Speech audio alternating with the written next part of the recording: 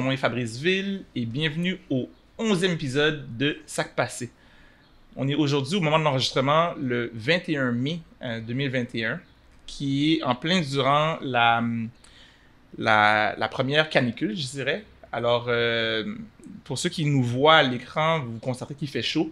Ceux qui nous entendent et qui nous écoutent, tout simplement, en fait, je vous l'indiquer. Je pense que ce qui est présent pour moi présentement, c'est simplement qu'il fait vraiment chaud.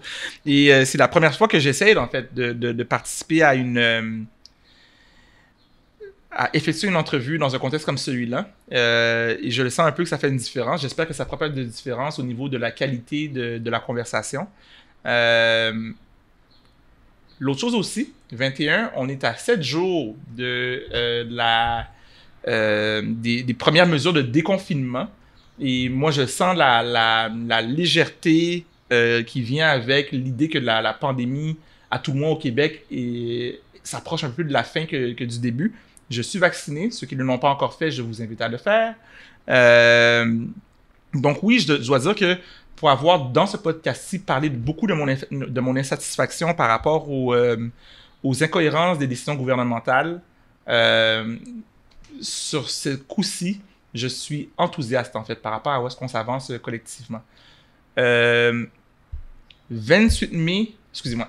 mai veut aussi dire qu'on est à 4 jours du premier anniversaire du malheureux décès de George Floyd.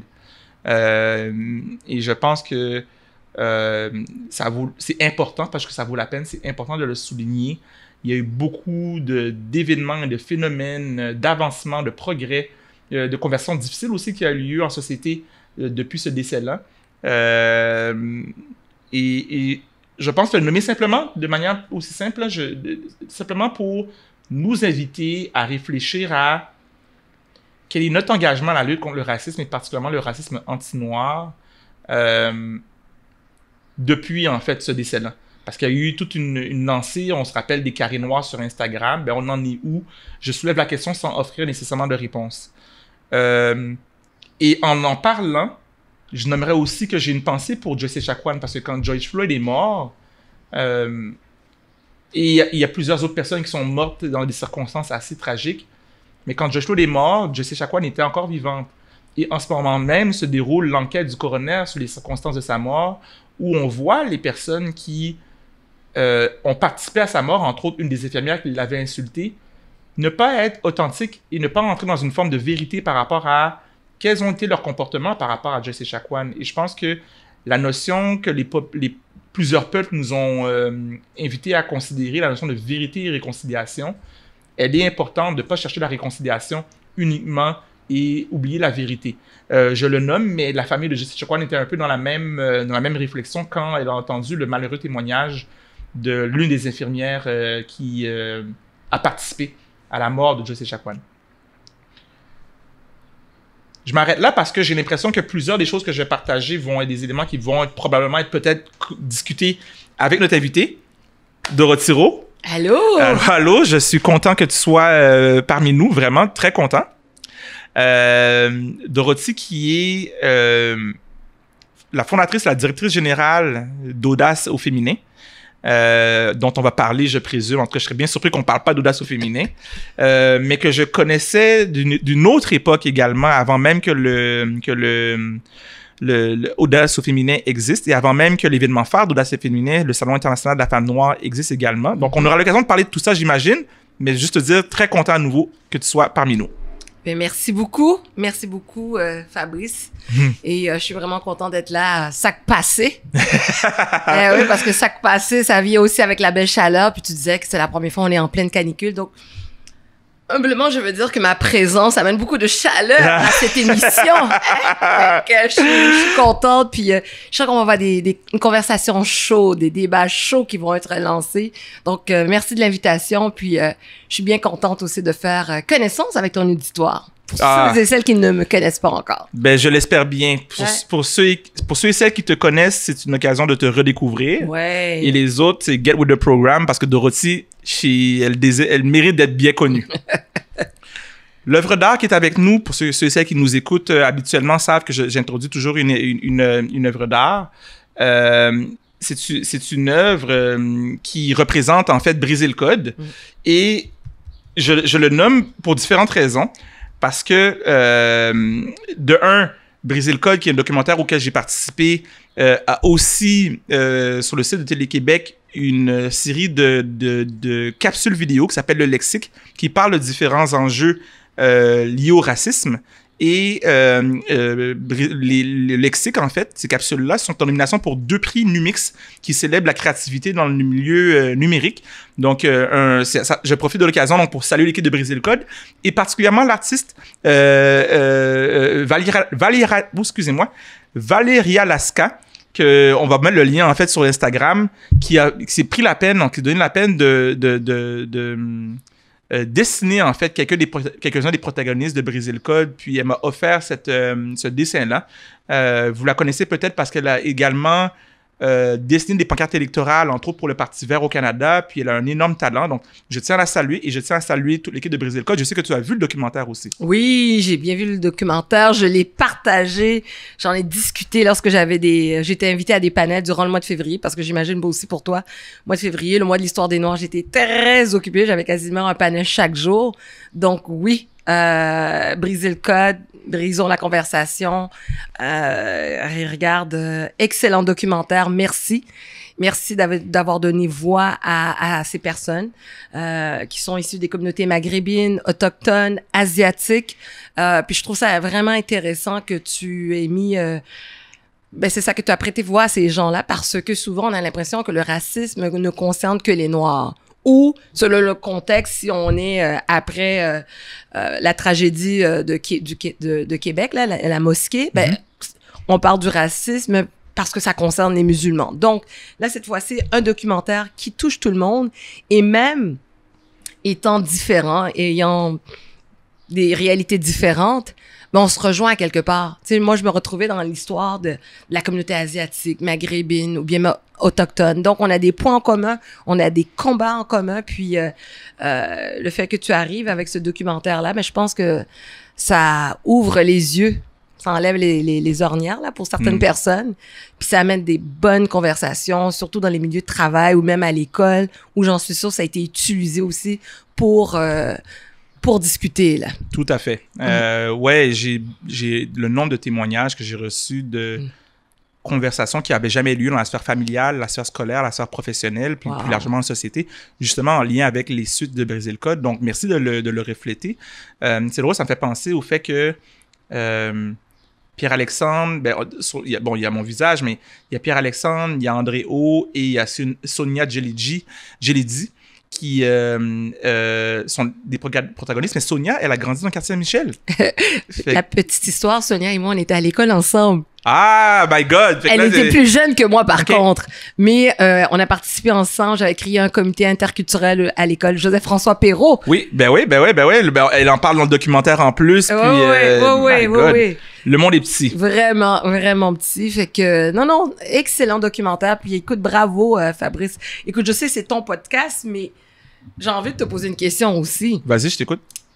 Toi, quand tu vois ça, là, est-ce que tu peux dire que au Québec, on avance? Est-ce qu'il y a une conversation qui est sincère, une démarche sincère de la part de, justement, ces différents milieux que tu as cités, que ce soit au niveau scolaire, dans le milieu corporatif ou même dans la sphère politique? Est-ce que tu sens qu'il y a une conversation qui est sincère vers une démarche ou des solutions inclusives? D'abord, je vais m'assurer de bien nommer Sonia Djelidi. Je me rends compte qu'aujourd'hui, j'ai la difficulté à prononcer mes mots, donc voilà, c'est dit. La deuxième chose, c'est différentes choses. Je pense qu'il y a de plus en plus de plateformes qui sont offertes aux gens pour communiquer des choses qui relèvent de leur réalité. Je fais la nuance parce que tu as nommé la question de donner une voix. Puis moi, j'aime toujours faire la nuance parce que je le comprends. Mais j'aime faire la nuance entre le fait que les gens ont déjà une voix. Ce qui manque, c'est la plateforme pour que la voix soit entendue. Tout à fait. Donc, ça, je pense qu'il y a une multiplication de ça et on pourrait aller encore plus loin par rapport à ça. Fait que ça, c'est un élément qui est une grande avancée. Mhm. L'autre élément que je crois, c'est qu'il y a vraiment, en fait, une distinction entre le concept, j'ai les termes anglais, être truthful et être sincère. Et ça a un rapport avec ce que je nommais un peu plus tôt, je pense, par rapport à l'infirmière qui s'excuse à la famille de Joyce Echaquan. Je pense qu'on est rendu dans une société où je sens une sincérité. Mhm. Et la sincérité, c'est peut-être une intention de faire progresser les choses, mais pour descendre dans une forme de vérité, Mhm. ça peut être douloureux, puis je suis pas sûr que c'est tout le monde qui est prêt à la vérité, est prêt à accepter la douleur de savoir qu'on a contribué au racisme, qui est prêt à de dire, bon, mais si je parle de ces enjeux-là, il va falloir que ça change certains de mes comportements concrètement. Mhm. Et c'est vraiment quelque chose qui m'apparaît important de nommer. Mhm. La différence entre sincérité et truthfulness ou vérité tout simplement. Et il n'y a pas de bypassing pour lutter contre le racisme. C'est painful d'honorer le fait que ça fait des centaines d'années que des groupes sont infériorisés, minorisés. Et moi, je crois vraiment que quand on va être collectivement prêt à accepter la douleur de certaines réalités, on va faire un grand pas. Et ça, je le vois de manière, à certains égards, mais de manière inégale. C'est que... En tout cas, ta réponse me plaît énormément. Alors, c'est toi qui as posé, je pense, la première question. Mais écoute, on est là pour jaser. On est là pour jaser. Et moi, j'ai ma question à poser que je ne t'ai pas posée. OK. Ça a passé? Oui, ma plus mal, non. Écoute, je suis là. Écoute, on est dans les préparatifs du Salon international de la femme noire qui va avoir lieu du 28 au 30 mai prochain. Et ça coïncide aussi avec le déconfinement. Donc, nous, on fait cet événement virtuel. Donc, encore une fois, c'est trouver les astuces pour dire aux gens écoutez, sortez dehors, mais revenez regarder en ligne le salon. De toute façon, ça va être là aussi pendant plusieurs jours aussi sur Facebook. Mais sinon, je vais bien. Écoute, tu sais, ça a l'air de rien, mais moi aussi, j'ai mes moments où j'ai besoin de décompresser. Puis des fois, pour moi, décompresser, c'est tout simplement faire mes petites choses quotidiennes qui ont l'air anodines, ne serait-ce que faire la lessive, tu sais, retrouver mon rôle de... Sans être sous les projecteurs, là, faire la lessive, préparer le souper, me casser la tête, OK, qu'est-ce que je prépare? M'écraser devant Disney+, écouter Top Model, lire un bon livre. Ça, c'est des petits moments qui me sont chers. Puis, retrouver aussi ma famille. Donc, je suis contente d'entendre ce déconfinement parce que ça me manque. Puis, c'est là que je puise mon énergie. Puis, tu sais, moi, ça a l'air de rien, mais moi, j'ai décidé en 2019 de plus avoir d'enfants parce que j'en voulais toujours un deuxième. Et en même temps, ben, c'est là que un de mes frères m'a annoncé que sa conjointe était enceinte. Fait que je suis contente, j'ai un petit neveu maintenant, donc j'ai des neveux et nièces, mais lui, c'est le plus jeune, donc, tu sais, juste m'occuper d'un bébé, là, j'adore ça. Ça a l'air de rien, là, mais j'adore ça, mais j'ai constaté aussi que j'ai plus la même patience qu'auparavant. Ton enfant à quel âge, toi? Il y a 15 ans. 15 ans. Ouais. Comme j'aime souvent le dire, c'est un beau petit saloperie. On lui dit allô. Ah oui, parce que là, juste en venant ici, là, il me chattait, il me dit « Oh, maman, je vais te ci, je vais te ça. » Tu sais, je dis « Regarde, là, commence pas à m'énerver, là. Je suis dans le métro, là. C'est comme c'est pas le moment, là. » Fait que, c'est ça. Donc, c'est ça, là, dans l'état d'esprit où je suis, là, présentement, c'est un jour à la fois, comme on dit, mais beaucoup de choses aussi sur les épaules, ça, je suis consciente de cela. Mais quand mon corps me parle, quand ma tête me parle, je décroche. S'il faut 30 minutes, je vais le faire. Et puis, quitte que ce soit en retard, quitte que... Mais me, myself and I first. Ah, ben c'est une belle... J'entends une belle sagesse à prendre soin de soi, en fait. Ouais, ben, tu sais, à 47 ans, là, j'espère que je suis sage à un moment donné, là. Mais non, c'est important. Tu sais, c'est... je suis pas à la course de me prouver ou bien de faire 10 000 projets puis juste dire « Ah, j'ai accompli ci, ça. » Non.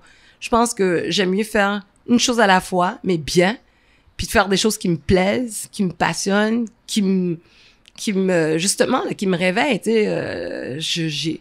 J'ai pas nécessairement à mettre de réveil matin pour me réveiller pour faire quelque chose parce que je suis déjà motivée à le faire. Et puis là, ça donne, là, je te parle, on est à Saint-Michel. Moi, je fais 2 jours semaine à la TOU comme agent de liaison parce que pour moi, c'était important de contribuer à ma façon aussi au quartier Saint-Michel où j'ai grandi. Fait que actuellement, on recherche, entre autres, des jeunes décrocheurs pour des postes qui vont participer, en fait, pour un stage de 10 semaines. Mais c'est un beau défi que j'ai. Puis c'est le fun parce que je renoue contact avec les organismes du quartier, mais aussi, je m'en vais sur le terrain, je parle avec les commerçants, avec les gens dans la rue. Tu sais, c'est mon hood. Fait que j'aime ça. Puis, écoute, j'ai l'impression que j'aime les défis. Tu sais, fait que tout ça, là, fait que c'est excitant, là. C'est drôle parce que j'étais pas au courant que tu t'étais impliqué à la TOU. Ouais. J'avais vraiment l'intention de te questionner sur le quartier Saint-Michel. J'avais l'intention de commencer en te questionnant sur l'audace au féminin. Okay. Puis toi, tu nommais que tu faisais une chose à la fois. Puis là, je me rends compte que finalement, tu as peut-être plusieurs différents projets. Tu dis une chose à la fois, mais finalement, c'est une chose à la fois en même temps. Faut pas oublier aussi, je vous l'ai dit, je suis maman. Hein? Donc, une maman fait tout en même temps. Pendant que je suis en train de préparer le souper, il y a la machine à laver qui brasse, je passe l'aspirateur aussi entre les deux. Tu sais, on est capable de faire tout ça. Alors, je fais la même chose aussi avec les projets. Puis peut-être aussi c'est pour ça que j'ai pas voulu un 2e enfant parce que le mien est rendu autonome. En fait, quand j'ai goûté à la liberté, je me suis dit, ouf! Tu imagines retourner à l'amener à la garderie, courir pour les couches à gauche, à droite, retourner au primaire, faire les devoirs assise avec mon enfant, je l'ai faite. Donc là, je me disais, non, puis c'est ça. Donc, c'est un choix que j'ai fait personnellement. J'ai envie d'occuper ce temps-là ailleurs, sur d'autres projets que j'arrive encore à gérer. Mais c'est ça. Je pense qu'on aussi, tu sais, des gens comme toi et moi, on est des gens passionnés, hein. Fait que, tu sais, à un moment donné, oui, il faut apprendre à dire non, mais des fois aussi, c'est difficile de dire non. J'entends beaucoup la notion de poteau-mitant quand tu parles, une expression qui est beaucoup utilisée dans la culture haïtienne, qui honore la femme comme étant une poteau-mitant. Puis quand je l'ai nommé, t'as fait c'est comme si j'imagine que tu connectes un peu avec ça. Je sais pas qu'est-ce que ça évoque pour toi quand je mentionne ça. Ah oui, ben ça évoque beaucoup de choses. C'est sûr que la première chose qui vient en tête quand tu parles de ça, je pense à ma mère qui était un poteau-mitant. Ces femmes-là qui en français, poteau du milieu, c'est simplement... De manière littérale, c'est... Moi, je savais même pas comment le dire en français, ouais. C'est poteau du milieu, exactement, mais... exact. Ou bien, je sais pas, moi, je suis pas tellement bonne en construction, mais tu sais, il y a des poutres... Des piliers. Des piliers. Ouais, des piliers. Donc, fait que c'est ça, oui, oui, ça résonne beaucoup en moi parce que les statistiques démontrent que dans les communautés noires, on a un plus haut taux de monoparentalité. Et moi, je fais partie de ces statistiques-là. Je suis une mère monoparentale. Et en tant que mère monoparentale, et avec l'éducation que j'ai reçue aussi, parce que je fais aussi partie un peu de cette ancienne génération-là qui tient à ce que mon fils mange un bon repas chaque jour. Donc, du riz collé, toutes ces affaires-là. Trust me, je fais ça. Même dans la chaleur. Donc, pour moi, ça fait partie des choses importantes, puis de m'organiser que, OK, Dorothy, t'es pas là dans la semaine, le dimanche puis le lundi, je le consacre à faire des repas pour toute la semaine. Donc, mon congélateur, là, c'est des repas que je prépare, puis des repas, là, tu sais, la nourriture haïtienne, parce que évidemment, comme je suis d'origine haïtienne, mais pour moi aussi, je trouve que c'est tellement riche. Et ce sont des repas consistants. Donc, pour moi, c'est important de préparer ça que de faire que du macaroni au fromage une fois de temps en temps, là. Mais moi, je suis en paix quand je sais que mon fils, il mange bien, tu vois. Donc, c'est ça. Donc, poteau-mitant, oui, parce qu'on fait tout avec des fois peu de moyens. On réussit à faire des miracles. Et je me permets de faire un lien aussi avec Audace au féminin, parce que j'aime souvent dire que Audace au féminin, c'est à l'image de la femme noire. C'est-à-dire qu'on vit certaines difficultés que la femme noire vit aussi. Et pour nous situer, parce que ça a été nommé, mais c'est vraiment, tu as fondé cette organisation-là, c'est un OBNL. Exactement. Et t'en es la présidente, t'en es encore la directrice générale présentement, c'est ça? Oui, tout à fait. Donc, j'ai fondé ça avec d'autres femmes aussi, si on peut les nommer, Joéline, Jean-Claude, Catherine Minchouin, Christelle Mokoko. Donc, ces filles-là, elles étaient là avec moi. Même Liona, qu'on n'a pas donné nécessairement le titre fondatrice, mais fait partie Écoute, c'était la deuxième personne que j'avais rencontrée quand l'idée est arrivée. Et pour en revenir à ce que je disais, c'est que oui, c'est à l'image de la femme noire, cette OBNL, parce que avant George Floyd, ben nous aussi, hein, on faisait partie de ces organismes qui étaient invisibilisés, où nos voix, tu sais, il fallait qu'on se batte pour faire entendre notre message. Tu sais, les gens étaient peu réceptifs à ce message, ou encore une fois, on banalisait les réalités de la femme noire, parce que nous, on prône l'avancement des femmes noires. C'est vraiment mettre en lumière des femmes noires qui brillent dans l'ombre. Et donc, on a réalisé, comme tu disais, entre autres, le Salon international de la femme noire, première édition à la place Bonaventure. Ensuite, on était au Grand Quai du port de Montréal, mais encore avec les moyens du bord. Et encore une fois, ben, tu sais, ça me fait penser au slogan Black Magic ou Black Girl Rock. Ouais, c'est ça. C'est-à-dire que, tu sais, tu te dis, comment on a pu faire ça? Tu sais, c'est au Grand Quai, par exemple, c'est au Vieux-Port, puis on voulait que ce soit BCBG, que les gens arrivent et puis soient impressionnés. Puis on l'a fait parce que pour nous, encore une fois, tout ce qu'on fait, c'est toujours... c'est plate à dire, on est dans... Nous, les communautés noires, on a tellement eu peu de place, ou bien on a tellement été sous-estimés, puis on a aussi tellement une marge d'erreur très, très, très mince. On dirait qu'on doit toujours constamment nous prouver. Donc, nous, avec le Salon international de la femme noire, on le fait pas pour impressionner la galerie, mais pour faire un statement. C'est-à-dire que on arrive, c'est organisé. On arrive, on commence à l'heure. C'est structuré.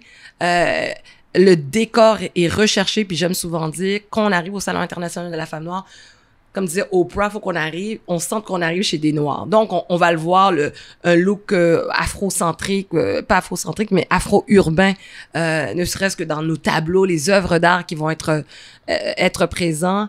On se démarque par la qualité du contenu. Puis aussi, on veut pas nécessairement cantonner le discours de la femme noire qu'aux produits cosmétiques ou bien aux cheveux. Parce que,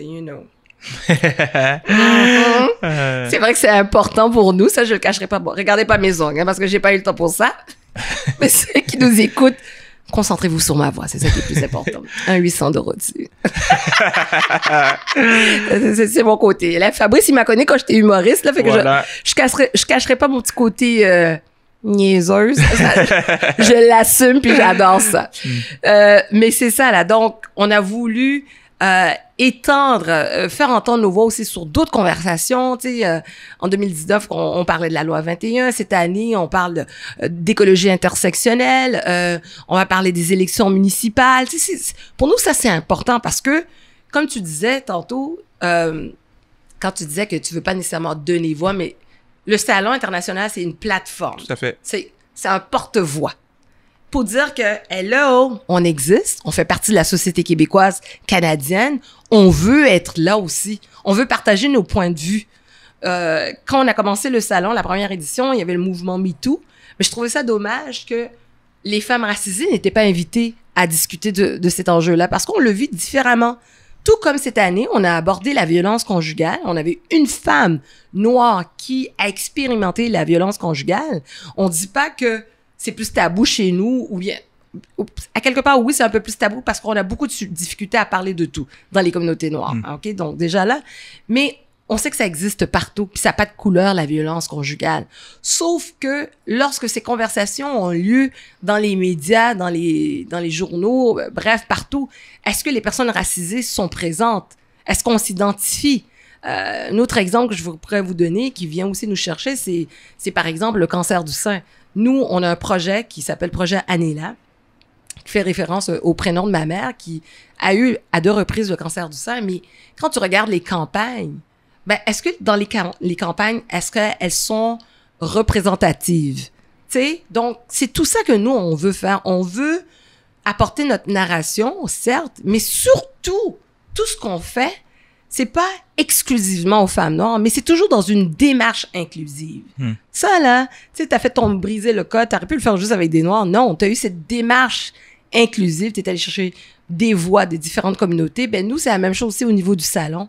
Depuis la première édition, on n'a pas eu juste des femmes noires. Ben, c'est sûr qu'elles font partie majoritairement de la programmation, mais on est allé chercher des femmes aussi qui sont québécoises. Là. On a eu Julie Miville-de-Chêne, Michel Audette. Cette année, on a Bouchra, on a Mindy Pollack. On a même des hommes, Martin Hainaut, qui est un homme blanc, qui est venu parler du privilège blanc. D'ailleurs, ça c'est un gars que tu devrais inviter à ton podcast, mon cher. Là, ça va être...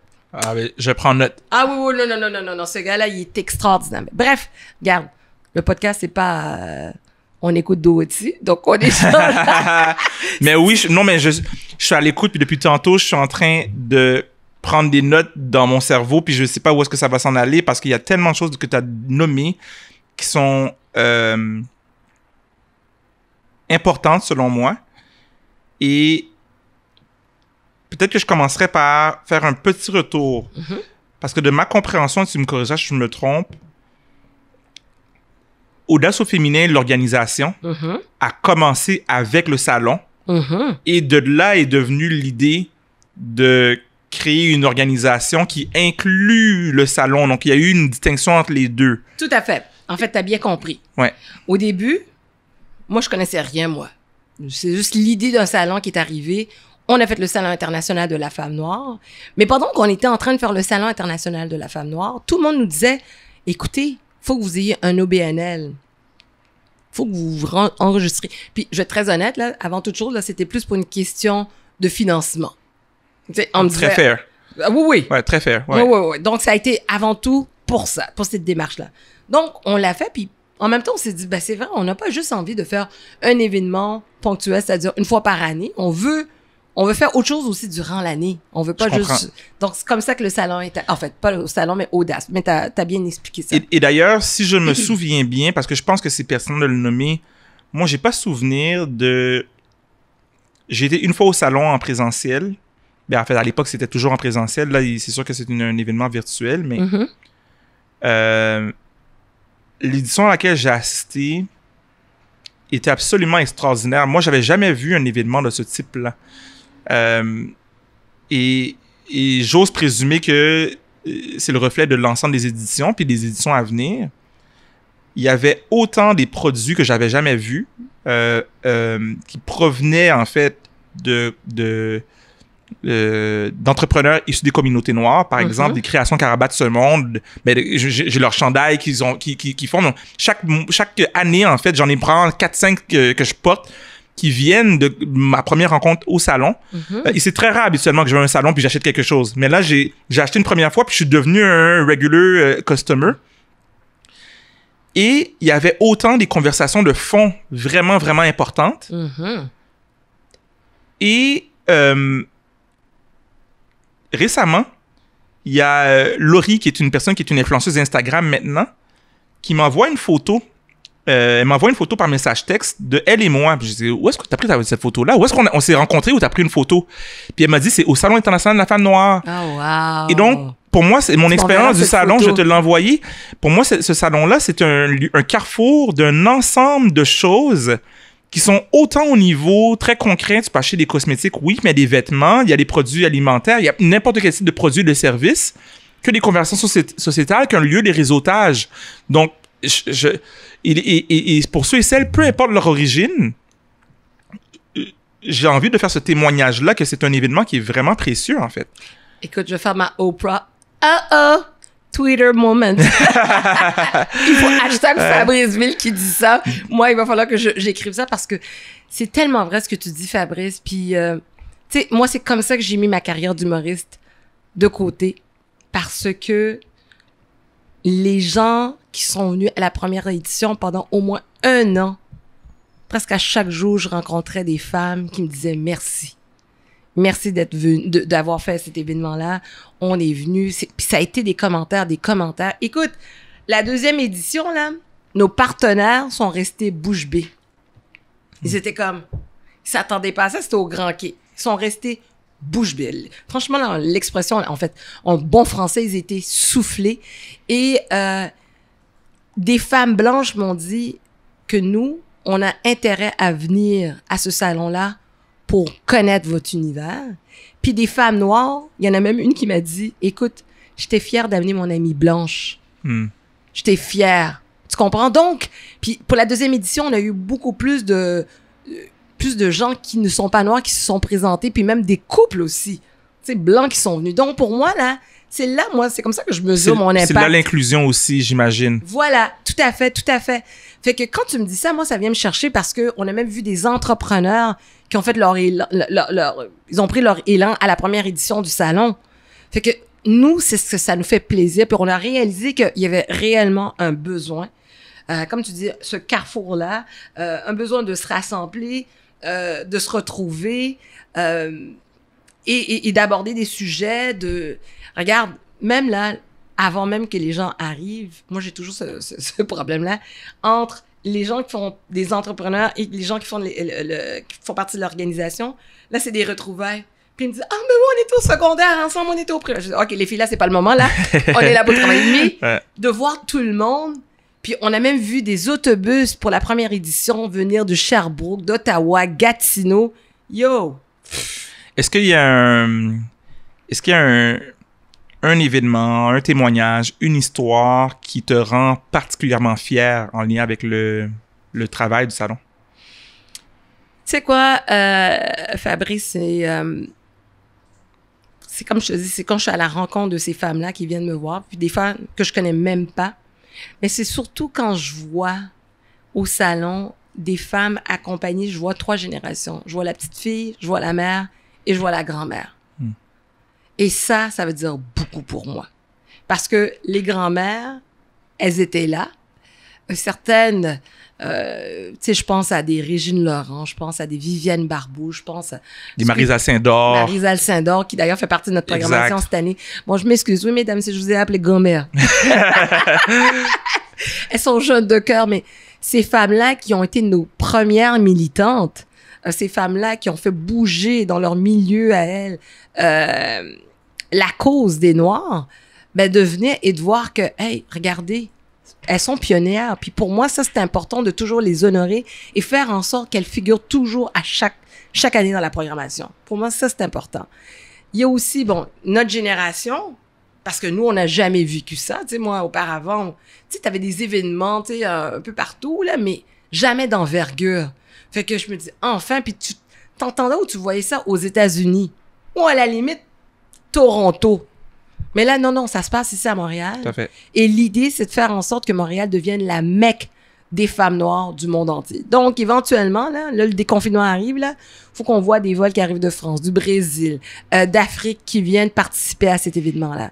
Et la programmation le reflète, parce que la programmation inclut justement des personnes qui sont des leaders, des femmes du Québec, mais également de l'international. Donc, il y a comme quelque chose, en tout cas, de ce que j'en ai compris. Oui. La plateforme Samba ça, et je présume que aussi le fait que ce soit virtuel permet ça, j'imagine? Tout à fait. Tout à fait. Je pense que ça, là, c'est le bon côté qu'on a tiré du confinement, c'est d'aller chercher ces personnalités féminines noires à l'étranger.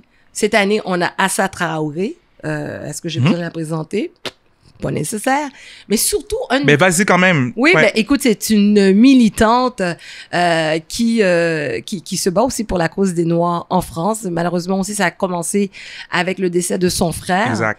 Et depuis, elle porte cette mission-là en France. Elle milite pour les femmes noires et aussi, ben pas pour les femmes noires, mais pour les communautés noires.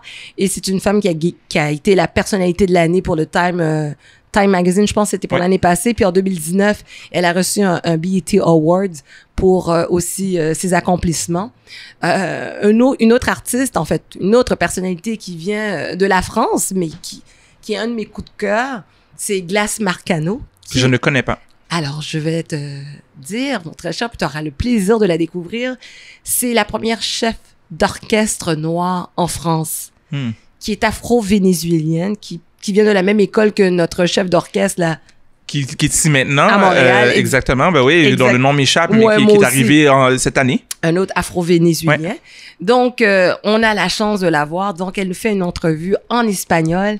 Et tu sais, quand tu disais comme ça qu'on va chercher des gens de partout, ben, tu sais, je suis fière de dire que l'équipe autour du Salon international de la femme noire est issue aussi de la diversité. Donc, on a des gens, on a des Françaises autour de l'équipe, on a des Afro-Latinas, on a des anglophones, des musulmans, des chrétiens, des gens issus de la communauté LGBTQ. Donc, pour nous, là, moi, c'était important que ce soit pas un événement fait par une Haïtienne pour des Haïtiens. Non, non, non, non, non, non. Pour Ni moi- même une personne noire pour les noirs, c'est... Non, pour tout le monde. exact, exact. On s'entend, là. Donc, et aussi, je suis obligée de dire que nous avons des hommes. Hein? On a des hommes dans la programmation, puis c'est important de le dire, tu sais, parce qu'il y a beaucoup de gens qui disent « Ah, mais les hommes, OK, on a compris, on entend le message. » Fait qu'on a même un panel, c'est deux hommes qui discutent. On a Kan Bouba, qui est à McGill, et aussi on a Nathan Hill, je pense. En tout cas, il faudrait que je vérifie son nom de famille. Mais qui, lui, est aussi dans une autre province canadienne. Je me souviens plus laquelle. Mais on est allé chercher aussi des gens des autres provinces canadiennes aussi parce que non seulement on veut que ce soit un événement international, mais c'est important aussi que ce soit un événement national. Donc, puis je veux juste dire une petite chose, là, quand on parlait de ce qui me rend le plus fier.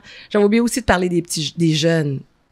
Tu sais, moi, j'aurais aimé ça, là.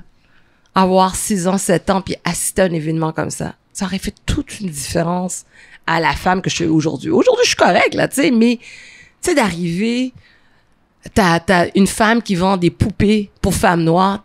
Après ça, tu vois ça, les petites filles, là, elles avaient toute une petite poupée dans les mains. On avait organisé avec Technovation, shout-out à Stéphanie, je crois, un événement, pas un événement, mais un atelier de coding qui était chapeauté par Joanne Jean-Baptiste, qui est à Ottawa, mais elle est venue expressément pour s'assurer qu'on a ça. Puis c'était un atelier qui était offert à des jeunes filles. Donc, encore une fois, on veut encourager les jeunes filles à se lancer, par exemple, dans le milieu des STEM. Et qu'est-ce que ça aurait changé pour toi? Parce que tu parlais de si tu avais eu ça, qu'est-ce que ça aurait changé dans ton parcours de vie? Ben, tu sais, tous mes modèles, à part, comme je dis toujours, mes icônes de beauté, c'était dans ma famille, c'était ma mère, mes tantes. Mais sinon, un peu comme beaucoup de jeunes actuellement, on regarde toujours à l'étranger pour des modèles, quand il y en a ici. Sauf qu'on ne les voit pas. C'est maintenant qu'on découvre un Fabrice Ville. C'est maintenant qu'on connaît un Patrice Bernier. Tu sais, cette nouvelle génération, au moins, ils ont ces modèles-là, mais j'aurais aimé avoir ça plus jeune, tu vois. Et aujourd'hui, si le salon existe, parce que c'est justement ça, c'est parce que on veut contrer à l'invisibilisation des femmes noires. Quand j'étais jeune, on n'en parlait pas. Tu sais, Viola Desmond, là, je l'ai appris comme tout le monde qui elle était, là, récemment qu'on a fait le lancement du billet de 10 $. Exact, qui est sur le billet de 10 $ maintenant. Exact. Mais écoute, là, je sais pas toi, peut-être Fabrice à l'école, mais moi, on n'a Jamais jamais entendu. parlé dans mes cours, soit au primaire, secondaire, j'ai jamais entendu parler d'elle. Tu sais, elle, c'est une chose, mais tu sais, Olivier Lejeune, Mathieu Dacosta, j'ai pas appris ça à l'école. J'ai appris ça par moi-même. Donc... Et est-ce que tu fais une différence? Parce que tu parles... T'as parlé de invisibilisation. Et tantôt, tu parlais des femmes noires qui sont invisibilisées. Oui.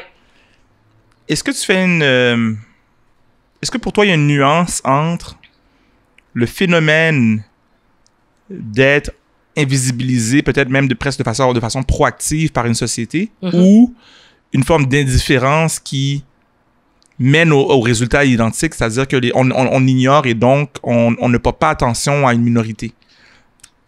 En fait, dans ce que tu me dis, j'abonde dans les deux sens. Dans le sens que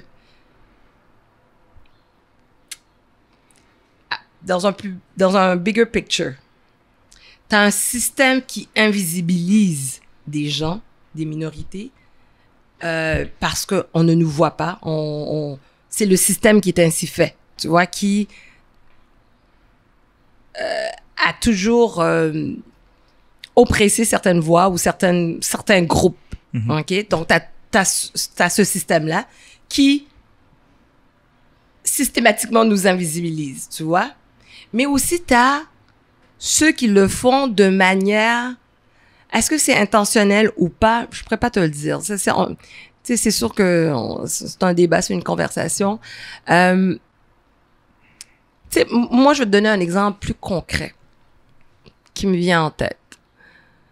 On a eu la page couverture d'un magazine, 56 femmes du Québec qui ont changé, 56 femmes qui ont changé le Québec. Sur ces 56 femmes, une seule femme noire a été mentionnée, qui est Yolande James. Chapeau à Yolande James. Et sa photo était même pas sur la page couverture, c'était à l'intérieur. Je m'en souviens de ça. Est-ce que c'est normal? Non.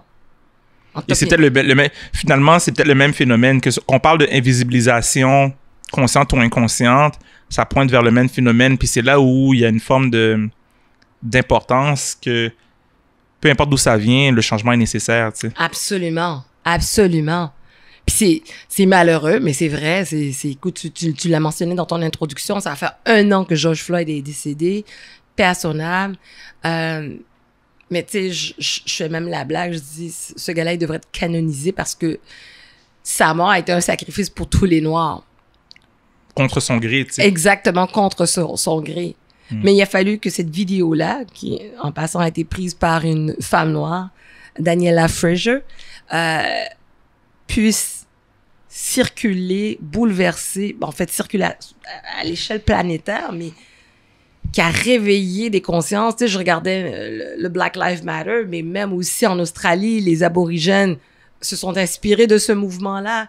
Dans les pays maghrébins, que ce soit en Tunisie, au Maroc, en Algérie, ben, les Noirs aussi ont pris plus de place. Tu sais, je veux dire, le Black Lives Matter a été, en fait, continue toujours aussi être un mouvement qui vient, en fait, donner force aux opprimés.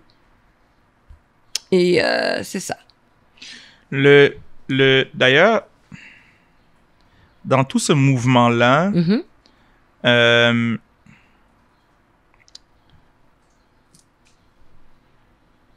pourquoi est-ce que c'est important de porter un intérêt particulier à la condition de la femme noire, d'après toi? First of all, I'm a woman. Ouais, ben, la raison pour laquelle je pose la question, c'est que surtout en lien avec le décès de George Floyd, il s'agit quand même d'un homme. Et moi, je l'ai entendu à maintes et maintes reprises, le fait que la conversation sur le racisme a beaucoup été orientée en fonction du point de vue d'homme.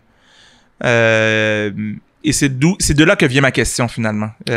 Oui, ben écoute, je trouve ça intéressant que tu dis ça. Premièrement aussi, pourquoi les femmes? Parce que je suis une femme. 2, aussi parce que je vois aussi le traitement inégalitaire qu'on vit en tant que femme noire.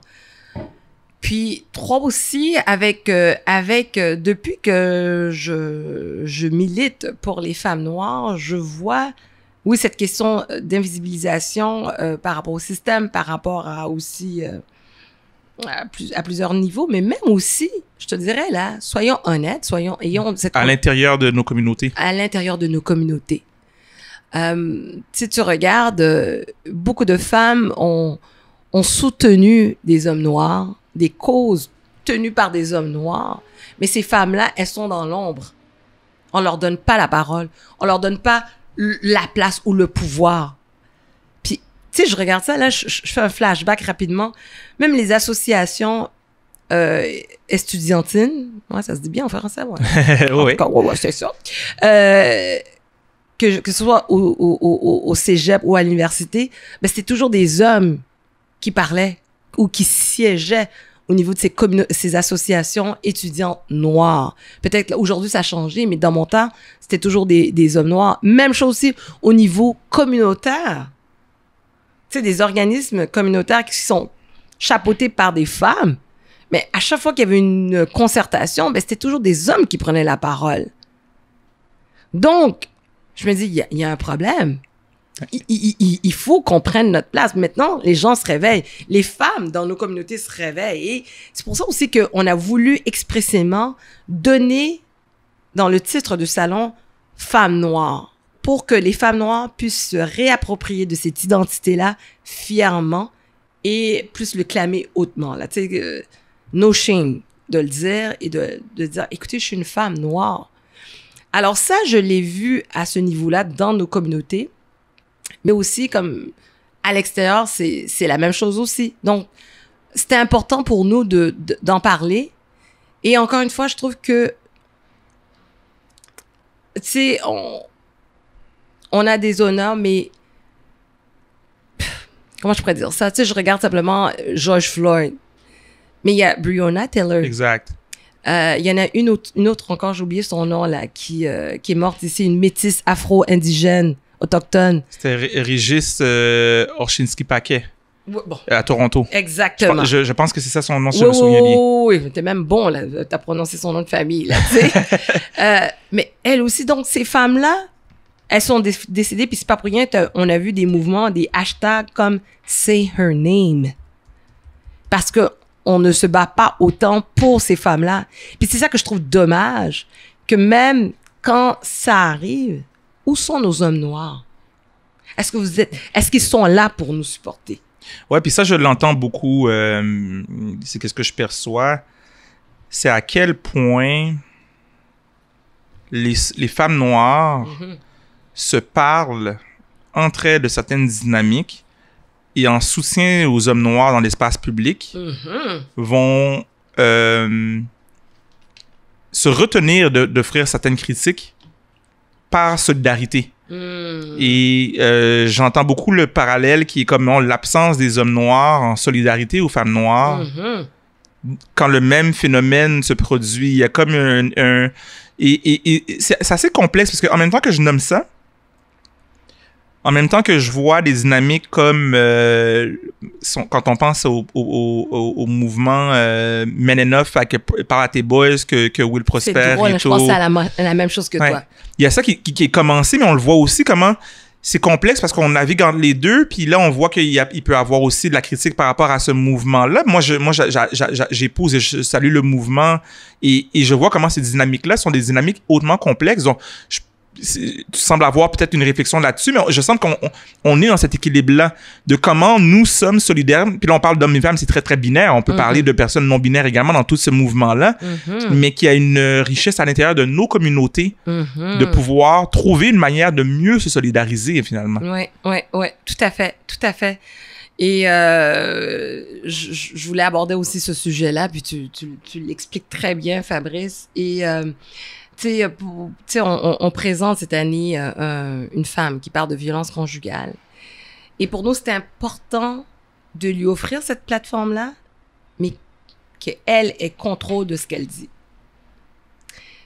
Par opposition à, excuse-moi, parce que quand tu dis ça, est-ce que tu l'opposes à d'autres contextes qui ne offriraient pas ça? Ben oui, ou d'autres contextes où une femme serait invitée, une femme violentée qui serait invitée, puis que la conversation est dirigée par un homme, tu vois? Et là, moi, j'ai un malaise avec ça. Parce que, autant que nous, les Noirs, on demande une certaine autonomie, on veut être représenté, on veut prendre la parole, on veut dire, il y a eu des mouvements passe de mic, patati patata. Mais à l'intérieur de nos communautés noires aussi, on devrait penser à ces mêmes principes-là lorsqu'il s'agit de la femme noire. Donc, nous, c'est ce qu'on a fait.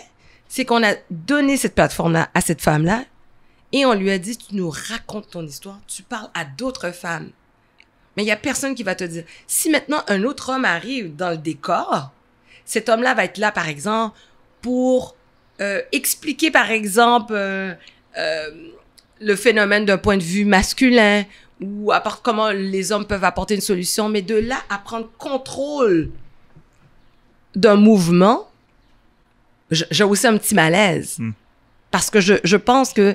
Est-ce que quand tu nommes ça, excuse-moi, mais juste bien te suivre, quand tu nommes ça, est-ce que quand tu nommes ça, est-ce que tu fais le lien avec le mouvement Men Enough ou tu fais pas le lien avec le mouvement? Je fais aussi le lien avec le mouvement, puis shout out à mes boys, je les aime beaucoup, Thierry, Ricardo, Will. Et Rito, oui. Oui, et Rito, ouais, exactement. Je trouve ça noble et j'aime l'intention qui est là-dedans. Mais il faut pas, encore une fois, enlever ce pouvoir-là aux femmes.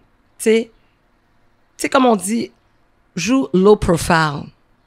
Tu sais, je pense que pour moi, je trouve que l'initiation est bonne. Et l'initiative est bonne. Et je me rappelle même aussi, j'avais même contacté un gars, puis j'avais dit, écoute, là, il va falloir que vous fassiez quelque chose. Avant même que le mouvement des boys arrive, c'est un gars qui est bien impliqué. Je dis, faites de quoi? Parlez aux jeunes hommes.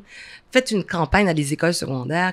Tu sais, un non, c'est non, là. Quand une fille te dit non, bien qu'elle change d'avis, faut pas s'énerver puis commencer à la frapper ou quoi que ce soit, ou bien la dénigrer.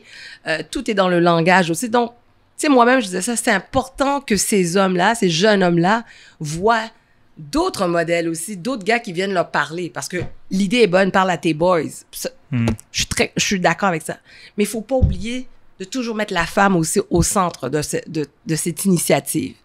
Tu sais, que ces gars-là, Ricardo, je pense que, je sais pas comment ça s'est fait, mais je pense que ça aurait été judicieux de prendre le temps de s'asseoir avec des femmes qui sont déjà au combat, des femmes, par exemple, noires, et de voir comment on peut travailler ensemble. Je suis curieux là-dessus. Puis je pense que par ta dernière phrase, tu nommes peut-être une piste d'équilibre. Parce que moi, je dois dire que je recherche cet équilibre et je le trouve difficile à trouver. C'est comme une cible mouvante. Parce que par moment, on entend, par rapport à un ensemble d'enjeux, on entend, ben non, vous devez parler.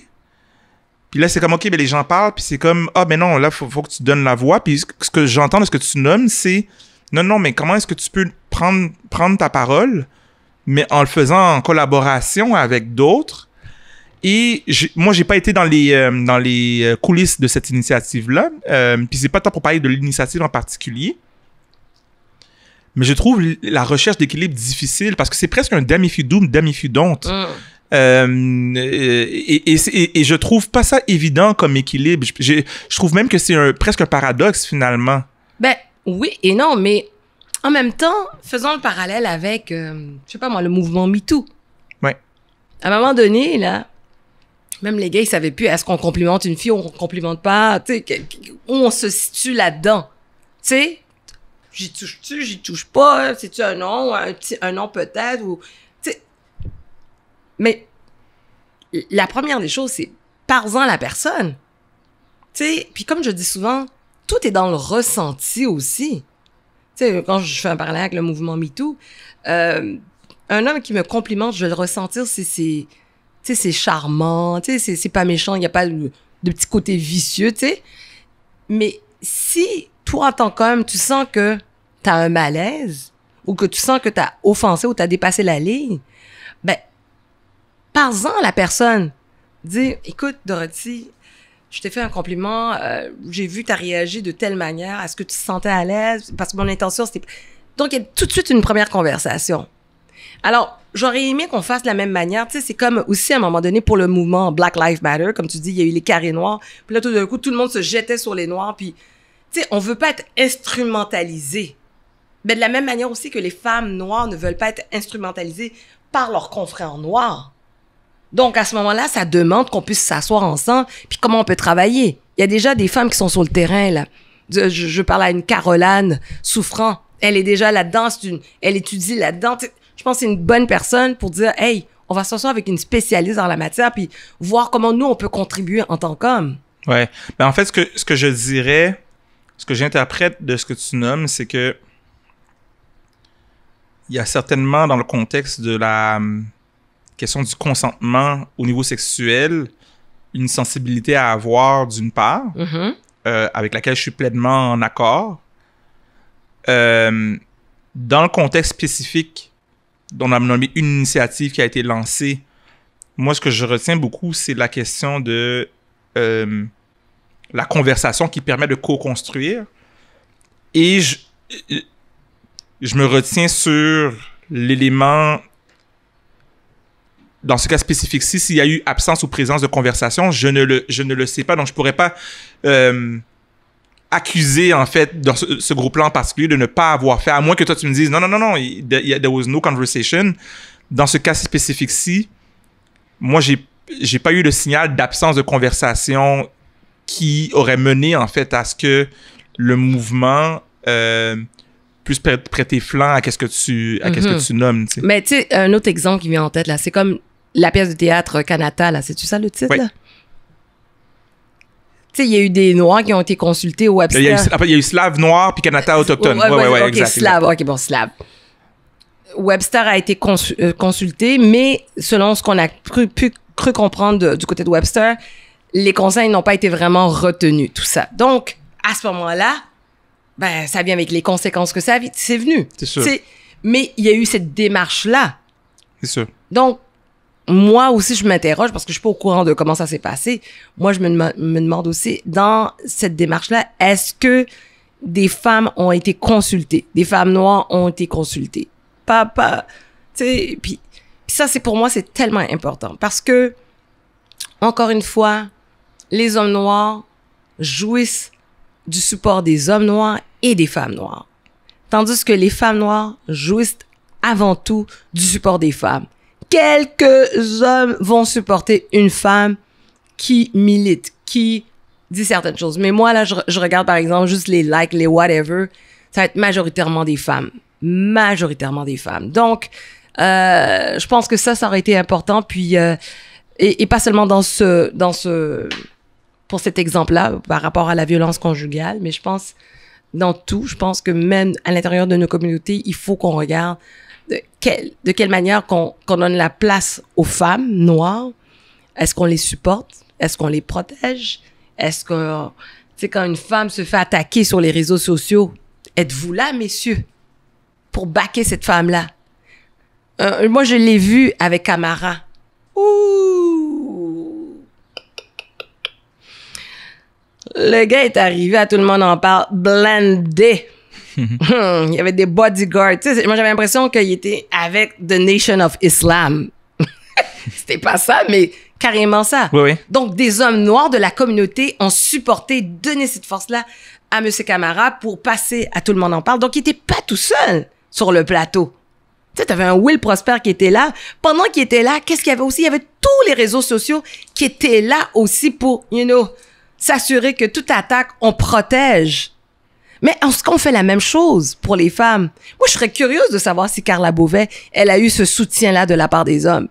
Parce que, je parle de Carla Beauvais parce que c'est ce que j'ai vu au niveau des réseaux sociaux, qu'elle a été attaquée, puis ça a été sur le plan personnel. J'ai vu même aussi, lorsqu'elle a fait son gala Dynastie, un mot qu'elle a lancé à la communauté noire.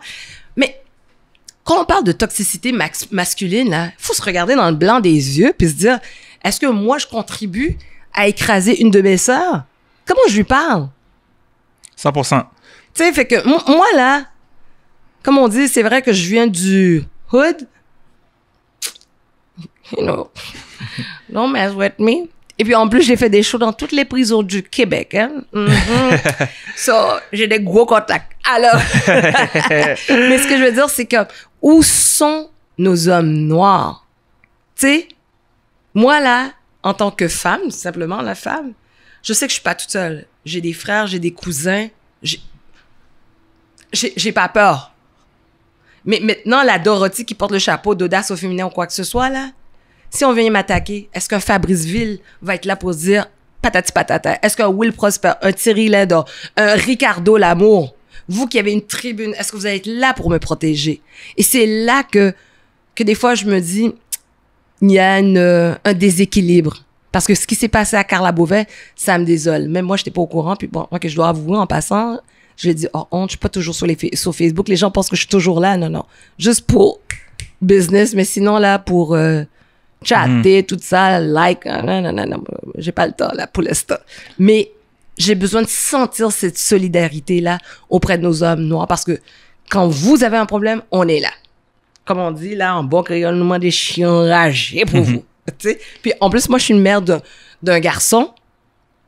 Crois-moi, là, tu sais, j'ai vu mon fils qui me montrait ça, Denis Coderre, une photo dans la presse, en photo avec deux jeunes. Ce matin. Ou un passé criminel. Ouais. So what? On a bien dit passé criminel. Mais combien de gens qu'on croise dans la rue, puis on sait pas quel est leur passé? Mais... Ouais. En tout cas, bref, non, mais je pense que c'est important ce que tu nommes parce que moi, ce que quand je t'entends, je me dis, puis tu me diras, moi, ce que je me dis, c'est que il y a d'abord, par rapport aux différents types de violences dont on parle, une responsabilisation qui est nécessaire. Et on a parlé beaucoup de la question des violences faites aux femmes. Et il y avait en fait dans les dernières semaines, le taux de femmes noires qui ont été tuées, dans l'ensemble des femmes noires qui ont été tuées dans les dernières semaines au Québec, j'ai pas vu ça. était trop élevé, en fait. J'ai pas vu ça. Ouais, il est trop élevé. Donc, moi, je pars de ce point de départ-là que nous avons une responsabilité, les hommes, en général comme société, et je suis d'accord à accepter que ce sont les hommes noirs aussi en relation avec les femmes noires, si on le met de façon très binaire. L'autre chose que je reçois, c'est effectivement ce que j'ai cru comprendre comme une forme de disparité ou une forme de disparité, d'inégalité dans la manière dont les femmes noires peuvent être soutenues dans ce qu'elles vivent par rapport à ce que les hommes noirs peuvent vivre. La seule chose, pas la seule chose. Là où je suis en questionnement, puis je suis pas en train de... Là où je suis en questionnement, c'est quand est-ce qu'on est capable d'avoir la conversation pour mettre en lien des phénomènes qui se ressemblent par rapport à d'autres phénomènes. Par exemple, si je nomme ce que Mamadi Camara a vécu et pas du même ordre que la violence en ligne, par exemple. Puis moi, c'est ce que j'entends, en fait, de ce segment de conversation-là. J'en suis à réfléchir comment on peut regarder les différents types de violence puis s'honorer par rapport à ces différents types-là. C'est plus tangible pour moi, je dois dire, de parler, par exemple, de l'espace ou de la place prépondérante des hommes noirs dans les médias, parce que je le vis de manière tangible et concrète, et je sais très bien que j'occupe une place qui est prépondérante, et je sais très bien qu'il y a des personnes qui pourraient aussi occuper une place qui n'en occupent pas nécessairement, donc je suis capable de le voir et de le percevoir. Mais quand je pense à Mamadi Camara, il ne me vient pas d'exemple en tête. En fait, je vais le dire différemment. L'exemple qui me vient en tête par rapport à Mamadi Camara dans les dernières semaines, j'ai le comparatif de la femme qui a été violentée à la salle? Non, pas à la salle, excuse-moi, au métro Jean Talon. Elle s'est fait battre au métro Jean Talon par des gardiens de la STM. Et dans ce cas spécifique-là... Ouais, ça me dit vaguement quelque chose. Dans ce cas spécifique-là, je me retiens parce que je suis au courant aussi de qu'est-ce qui a peut-être pu générer un soutien et qu'est-ce qui a pu faire en sorte qu'il n'y a pas eu de soutien. Et c'est pas uniquement le désengagement, par contre. Il y a des facteurs qui font en sorte que les gens se mobilisent pas dans un contexte donné et se mobilisent dans un autre. Donc, mais je retiens vraiment la question de trouver les espaces pour se parler de ces choses-là, pour faire les nuances, parce qu'il y a des choses que moi j'ai vu aller dans les médias, genre, j'étais pas au courant, je connaissais la personne, je n'étais même pas au courant. Mais si j'étais au courant, je réagis. Et des fois, je suis au courant, il se passe quelque chose, non, je peux pas agir parce qu'il y a quelque chose qui se passe qui fait en sorte que j'agis pas non plus. Je peux parler juste de ma personne seulement, mais c'est ça que je retiens, en fait, dans ton partage, ces espaces-là de conversation. Ben, moi, je te dis déjà merci, Fabrice. Je te dis merci parce que tu as parlé du Salon international de la femme noire dans le journal Le Devoir pour la première édition en 2018. Ben oui, j'avais même oublié ça. Ben oui, tout à fait. Donc ça, c'est une des choses, mais aussi, présentement, tu m'as invité à cette émission-là, à ce podcast, ton podcast, chez toi. C'est beau chez lui en passant. Et tu m'invites, puis on a cette conversation-là. Puis je me sens à l'aise de parler avec toi. Franchement, là, j'oublie quasiment qu'il y a la caméra, le micro. Que plein de monde vont nous entendre, pas qu'ils peuvent, ils vont. Il n'y a pas de problème. On est deux adultes qui s'assument. On est vaccinés. J'ai pas encore pris mon vaccin. Ça s'en vient. Mais c'est ça, là. Fait que moi, je te dis déjà merci parce que on entame cette conversation-là. Puis je passe le flambeau à une autre femme où tu pourras l'inviter, pas nécessairement pour parler de ça, mais une femme noire, par exemple, pour parler de tout et de rien, mais avoir cette conversation franche et honnête pour voir comment on peut avancer aussi en tant que communauté.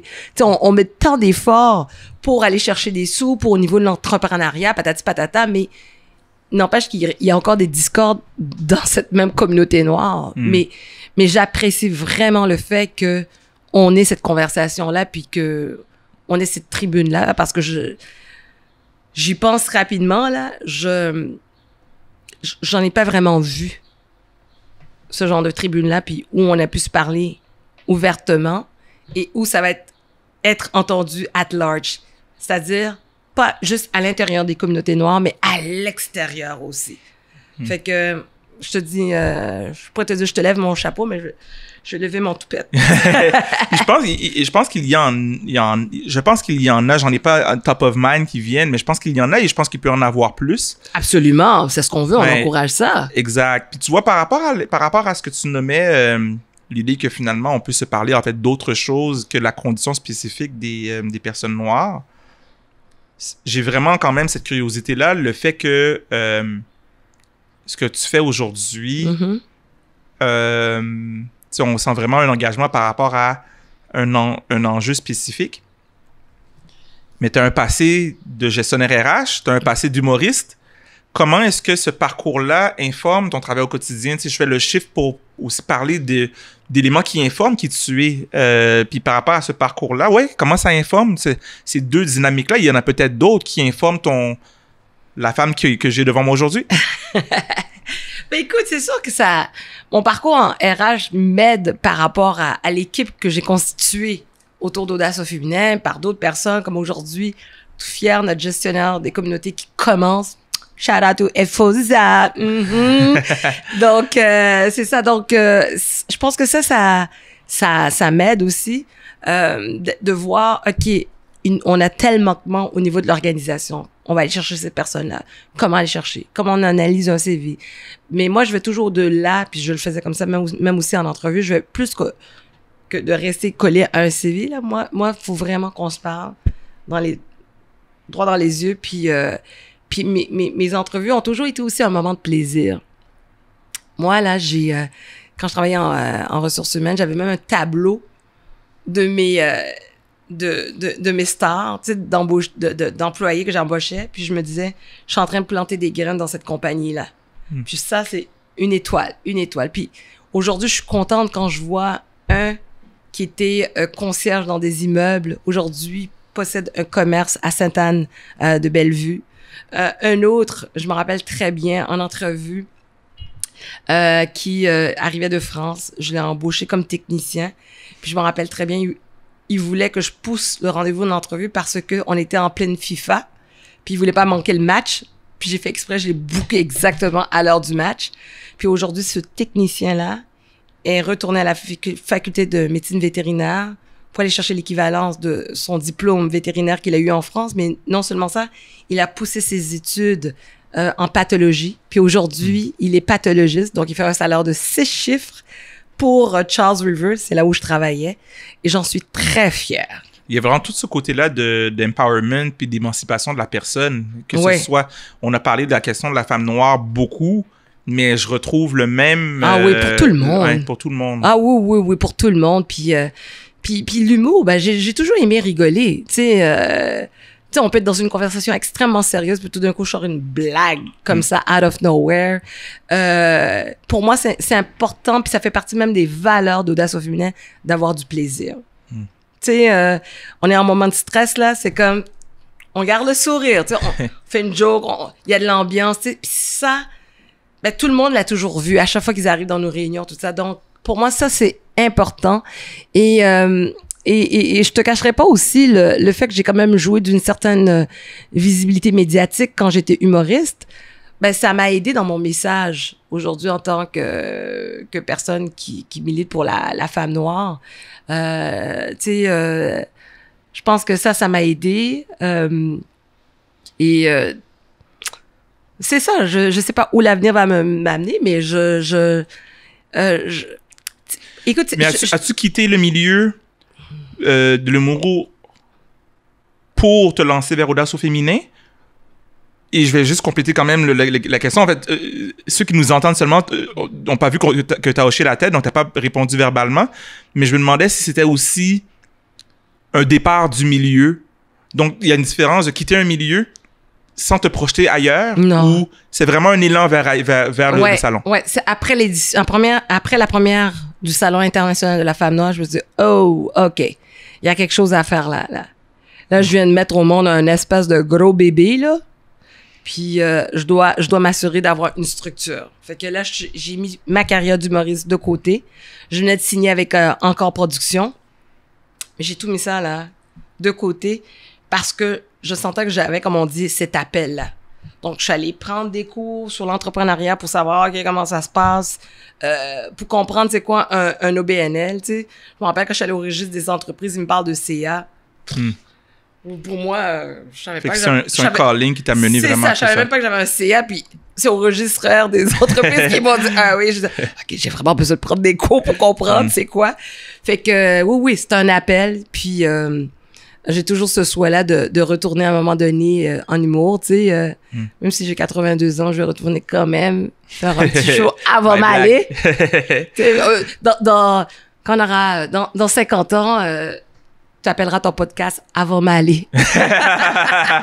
C'est-à-dire avant que je parte. Oui, voilà. C'est beau de te voir rire, Fabrice. Ah, ben merci. C'est vrai, j'ai pas l'impression que je t'ai vu vraiment rire ou même sourire. Ah, non? Non, je te vois toujours très sérieux, très... tu sais, le gars intellectuel, le nerd, là, puis j'adore comment même après nos échanges, toi, tu reprends tout ça, là, tu reformules ça avec les gros mots, là, tu sais, puis c'est intellectualisé, puis là, je te vois sourire, tout ça, je suis comme, mais il me semble que c'est la première fois que je le vois sourire ou bien rire. J'ai pas eu cette chance-là de te voir ainsi, puis j'ai l'impression que t'es bien dans cet environnement qui te ressemble, qui est chez toi, où t'as contrôle, tu sais, c'est comme, t'es libre de poser toutes les questions que tu veux, t'es libre de te présenter avec tes chaussettes. Jaune.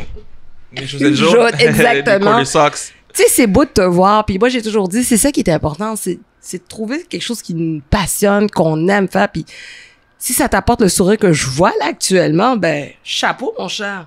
Ouais, ben merci. Merci de le nommer. Je dirais que quand je suis dans l'espace médiatique, puis je parle d'enjeux de discrimination, de racisme, racisme et discrimination, ben, c'est généralement des entrevues courtes. C'est généralement les entrevues... on parle de racisme. C'est comme il n'y a pas énormément de place. Il y en a, on peut en parler avec humour. Mais il n'y a pas vraiment de place pour... la place est moins grande pour... quand on est à RDI, pour avoir un côté plus léger. Et, mais je me sens quand même authentique dans ces moments-là. C'est juste que l'espace, il est différent. Alors que... Moi, mes amis qui m'entendent rire plus régulièrement, ils me disent que j'ai un rire communicateur. Fait que quand je ris, les autres ils rient, puis ils savent pas pourquoi ils rient, tu sais. Et c'est vrai que ben il y a comme peut-être un personnage ou quelque chose qui se génère que finalement j'ai pas nécessairement en fait cet espace-là dans qu'est-ce que je fais au quotidien que les gens voient publiquement. Mais il y en a certaines sphères où fait, merci de le nommer, j'ai le goût de quand même de communiquer plus rondement ou plus largement comment je vis ma vie. Puis d'ailleurs, c'est Toni Morrison, l'auteur, qui parlait de ça, comment le racisme c'est une distraction, ça t'empêche de faire qu'est-ce que tu veux faire. Mais c'est un peu ça que j'entends, c'est que finalement le racisme est une distraction. On finit par parler de quelque chose qu'on n'a pas le goût de parler vraiment. Mais on le fait parce qu'il y a une raison de le faire. Et en tout cas, moi, je le fais parce qu'il y a une raison de le faire. Mais il y a un ensemble d'autres choses qui m'interpellent dans la vie qui sont peut-être... qui génèrent plus facilement le sourire, tu sais. Comme... fait que ouais, ben merci de le nommer. Ben vraiment. Oui. À un moment donné, c'est moi qui vais t'inviter en entrevue parce que là, j'avais plein de questions. Je te dis, tais-toi. Ben, en fait... on pourrait parler pendant quand même pendant un bout. Moi, ben, si tu avais une question à me poser, en fait, je vais poser une question, puis après, tu poseras la question que tu veux poser. OK, parfait. OK, cool. OK. Ça me travaille dans mon esprit, puis j'ai le goût de le déposer parce que c'est en lien avec ce qu'on a exploré. Puis je voulais pas comme partir puis revenir, mais je me questionne beaucoup. Je sais pas si tu connais un peu la notion de... j'ai l'expression anglaise, identity politics. Tu sais, c'est que c'est comme toujours faire des choix individuels et de société en étant fixé sur les identités. Mhm. Et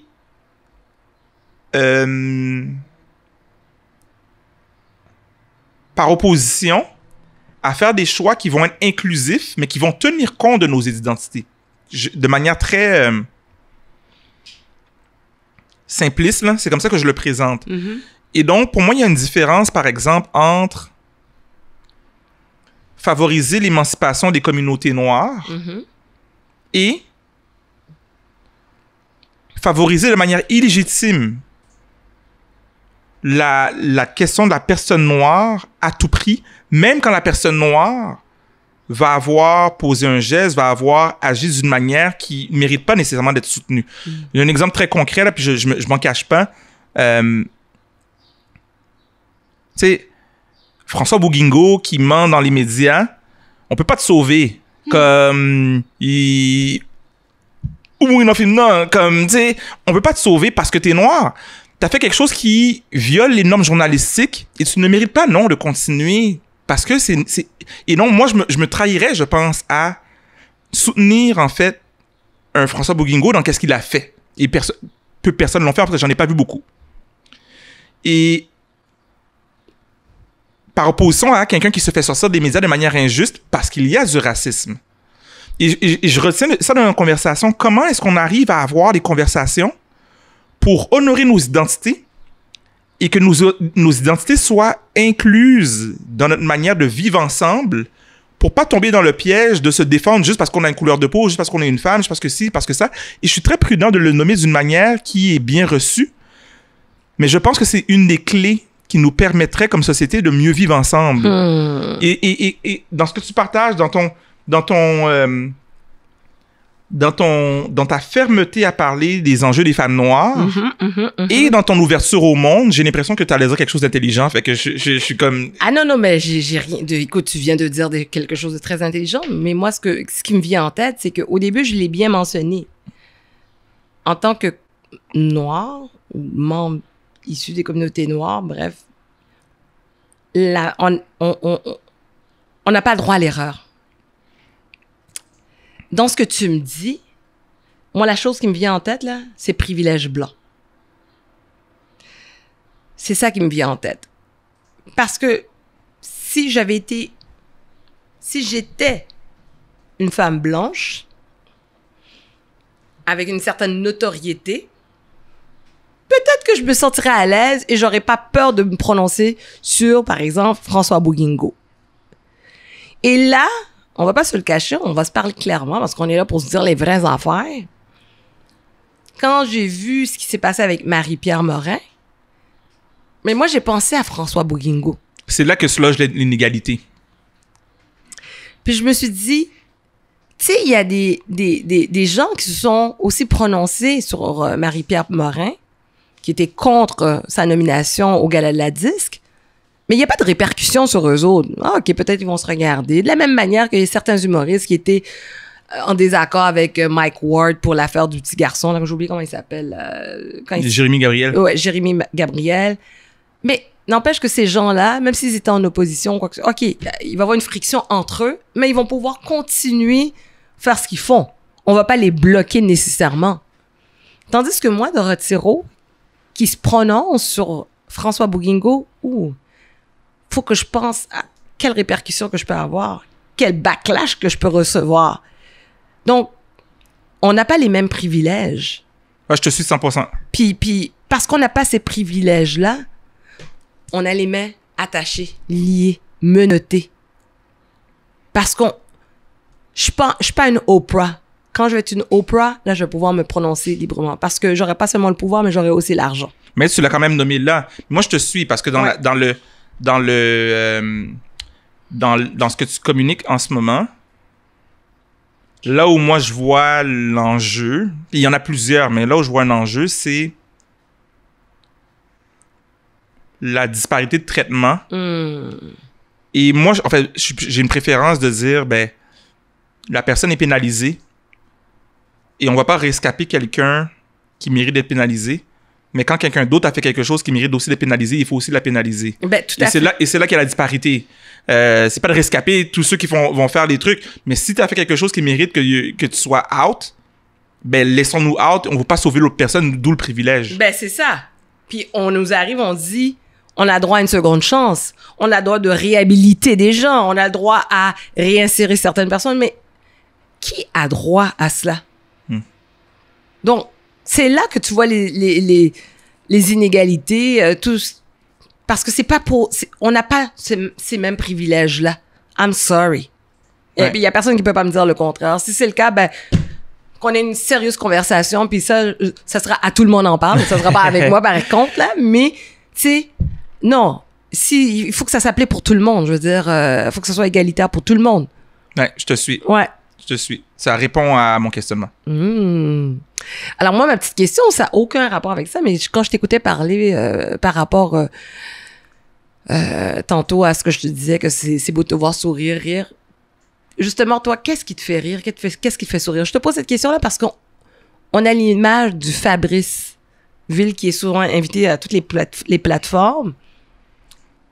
Et malheureusement, des fois, ta voix est associée lorsqu'il s'agit d'injustice ou bien pour parler de la cause raciale ou du racisme et tout ça, mais on veut t'entendre parler sur la sortie d'un livre aussi, par exemple, ou d'un film, mais pas parce qu'on parle d'un film noir qu'on va nécessairement inviter Fabrice. Bref, moi, cette image-là, on voit toute cette même image-là. Moi, je suis pas dans ton cercle, mais j'ai envie de percer un peu le personnage. J'ai envie de connaître un peu plus Fabrice Ville. Qu'est-ce qui te fait rire? Et puis, qu'est-ce qui fait de toi un gars qui peut être autant normal ou bien ordinaire, là, tu sais?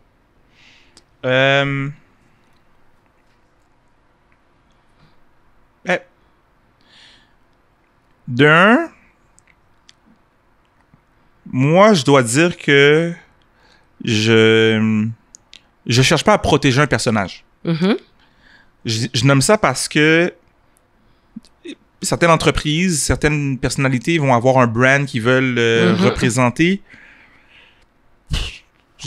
J'ai pas vraiment on a tout un brand, mais j'ai pas vraiment un brand que je protège. Fait que finalement, je suis moi dans qui je suis. Ah, t'es pas Fabriqueville? Non, exact. Je protège pas un magasin de tissus, tu sais. Puis, par rapport à ça, ce que ça fait, c'est que en fonction des différents événements que je vis, j'ai l'impression qu'on va associer une image, et c'est donc vrai, un peu comme je le mets un peu plus tôt, c'est que plus je vais faire des trucs qui vont être dans une sphère sérieuse, plus on va se faire une image sérieuse. Puis oui, des fois, il y a vraiment une réflexion qui est quand même plus, disons, de type intellectuel, quote-unquote, qu'on va voir dans qu'est-ce que je fais, qui va m'associer à peut-être une image que moi, je me sens pas le honneur de cette image-là.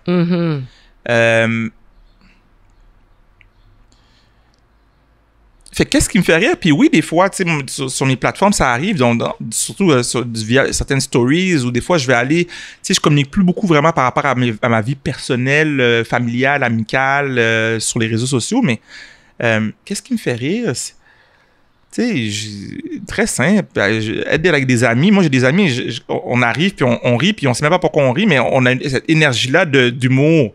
Je joue au basketball, puis c'est pas dans le rire, mais c'est vraiment dans le plaisir, beaucoup, que ça s'inscrit. Le travail de pour-trois que je fais avec les jeunes, ben oui, je danse. Oh, tu danses? Ben oui. Qu'est-ce que tu danses comme ça? Ouais, ben écoute, j'ai grandi dans le hip-hop, j'ai grandi dans le compas. En fait, j'ai appris à danser le compas plus tard, dans le tard, mais... il faut mettre la musique compas ici. Non. Ouais, mais oui, j'adore danser le compas. En fait, ben oui. Alexandre Kenol, qui est un entrepreneur de la communauté haïtienne, avait fait un compas challenge au début de la pandémie, puis je n'étais pas gêné de danser le compas avec un ballet sur Instagram. On peut retrouver ça. Ah, c'est sûr. Ça existe quelque part. Je vais trouver ça. Je pense qu'il y a vraiment un côté, il y a un brand peut-être que moi, dont je suis pas responsable. Ben, je suis responsable parce que c'est moi, tu sais, mais que je contrôle pas, plutôt. Mais qui va au-delà de certains moments, ben oui, je Écoute, il y a vraiment ça, en fait. Quand je suis avec mes neveux et nièces, j'ai plusieurs neveux et nièces qui poussent, puis j'ai hâte de les revoir avec le déconfinement qui s'en vient. Mais ils me font rire, là, ça n'a pas d'allure, tu sais. Avec les enfants, j'aime beaucoup les enfants. Ouais. En fait, c'est ça mon... T'aimerais ça en avoir des enfants? Ouais. OK. Combien? Ouais. Ah, ça, je sais pas. OK. J'ai pas de nombre. J'aimerais en avoir plus qu'un.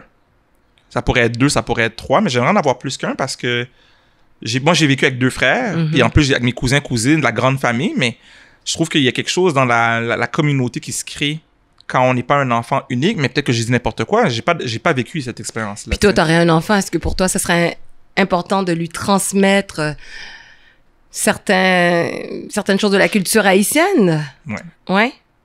D'y parler créole, le compas, la nourriture haïtienne. Pour moi, c'est vraiment important. Pour moi, c'est vraiment important. Je pense que les identités... Et c'est peut-être là la question de l'identité. Je pense qu'on est des humains, puis on vit des expériences qui sont universelles et qui appartiennent à tous les humains. Mais un humain qui n'est pas ancré dans une ou des identités, on peut en avoir plusieurs. Pour moi, je pense que c'est un humain qui peut facilement se perdre. Et sans imposer la culture haïtienne comme moi je l'ai reçue, parce que j'ai reçu quelque chose de différent de ce que mes parents ont reçu quand ils ont grandi en Haïti, que ce que mes grands-parents ont reçu. Je pense que c'est la moindre des choses d'honorer qu'est-ce que j'ai encore de la culture haïtienne qui m'appartient. Donc, moi,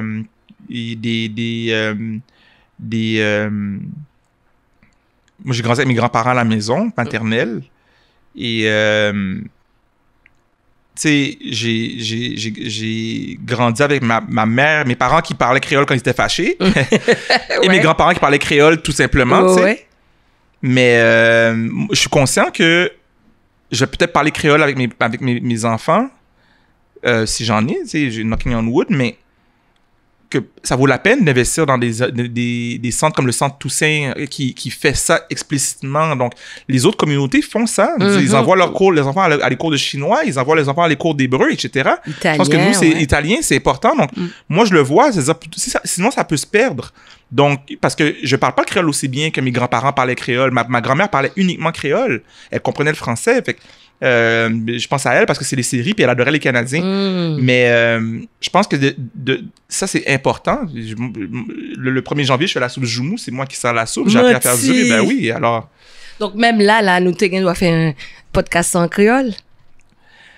Nous t'as qu'à parler créole, mais pas tout au podcast. OK. Ouais. Je parlerais... T'es déjà mieux que Georges Larac. OK. You know what? Je vois le temps avancer. Georges, je veux pas que Georges débarque chez nous. Fait que... Oh my God! Mais j'apprécie que tu m'aies posé certaines questions. Mais je t'ai posé... Encore une fois, tu sais, oui, on est dans un podcast, puis je pense que c'est peut-être le cadre qui fait que j'oublie qu'on est nécessairement dans un podcast. Moi, j'ai la chance d'être devant Fabriceville, puis à chaque fois qu'on s'est croisés, ça a toujours été dans un événement. On n'a jamais eu vraiment la chance d'échanger. Il y a toujours plein de monde. Puis bon, des fois, le contexte, ça donne vraiment pas, tu sais. Mais là, je suis en face de toi, chill, relax, tu sais. Puis je te regarde, je te découvre, puis moi, c'est dans ma nature. Tu sais, mon copain, il me dit souvent ça. Il m'appelle Coyote affectueusement parce que il dit toujours, qu'est-ce qu'il y a, Coyote? C'est quoi ta question? Tu sais, il me dit toujours, mais puis j'ai dit ça, je dis, ben, c'est parce que je suis intéressée si je pose des questions. Puis moi, je suis intéressée de connaître cet homme-là qui est devant moi, que tout le monde connaît, mais, tu sais, j'ai envie de, juste parler aussi avec toi, juste pour voir, OK, t'es un gars comme tout le monde, sauf t'as des intérêts, t'as une éducation et t'as des causes. Et puis, juste savoir que t'as grandi avec tes grands-parents, que ta grand-mère parlait uniquement créole, tout de suite, ça a bien changé une image, tu sais, que Fabrice aime les enfants. Ah ouais, tu sais, c'est le fun, tu sais. Puis je pense que ça, c'est important. Tu sais, mine de rien, là, les réseaux sociaux, c'est vrai, je suis pas tout le temps dessus, mais... Tu sais, des fois, je trouve des affaires tellement niais, là, de me faire une photo du verre d'eau que je prends ou whatever. Mais on dirait que les gens ont besoin de voir ce côté, entre guillemets, plus quotidien. Moi, ce que je te propose, c'est que sans rush, sans précipitation, c'est qu'on trouve un moment cet été, qu'on prenne une marche. Je te propose un truc, puis tu pourras dire oui ou non, mais je te propose qu'on prenne une marche au parc Frédéric Bach. Exact. Alors, j'en parle parce que je le propose, mais c'est le parc qui remplace l'ancienne carrière Miron. Tout à fait. Et c'est un parc vraiment intéressant parce qu'il longe une partie du quartier Saint-Michel au nord de la 40. Ouais. Et on peut voir le quartier Saint-Michel, ça finit au parc Chandoré. Chandoré, ouais. Fait qu'on prend une marche dans ton hood. Et c'est un parc où, je sais pas si tu l'as nommé, il y a une butte. Il y a une butte, une petite colline où la vue de Montréal, de tout Montréal, elle est carrément unique. Donc, on pourra poursuivre cette conversation-là. Avec grand plaisir. On fera ça. Et avant de quitter, je te remercie, mais tous nos invités se font offrir un petit cadeau avant. Alors, tous nos invités se feront offrir un cadeau avant la fin du podcast. Un livre qui est offert par la librairie Racine. Oh, OK. Gabriela Garbeau-Quinte qui offre le livre.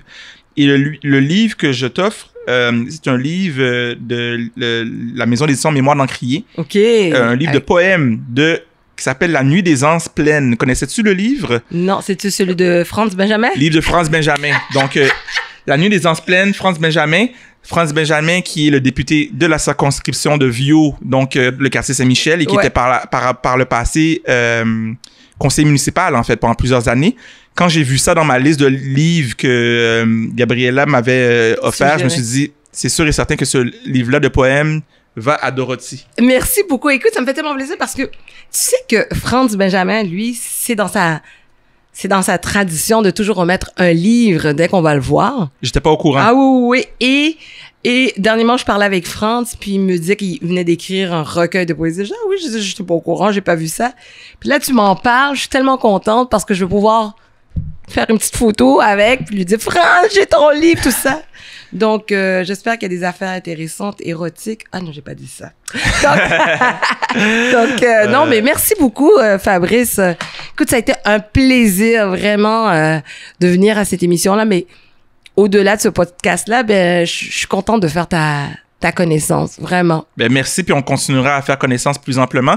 Le nom du chef d'orchestre, Raphaël Pailléré, OK, oui, c'est parce bon. qu'on l'avait oublié son nom. Ouais. Merci à toi. Oui, puis on rappelle les gens, le Salon international de la femme noire, du 28 au 30 mai prochain.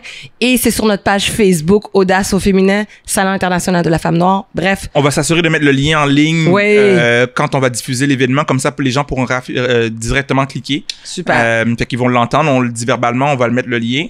Donc, encore une fois, merci à toi. Merci à Sean. Merci à Élise. Merci à Nzenga. Et merci à vous qui nous écoutez et qui nous regardez. À la prochaine. Ciao, ciao.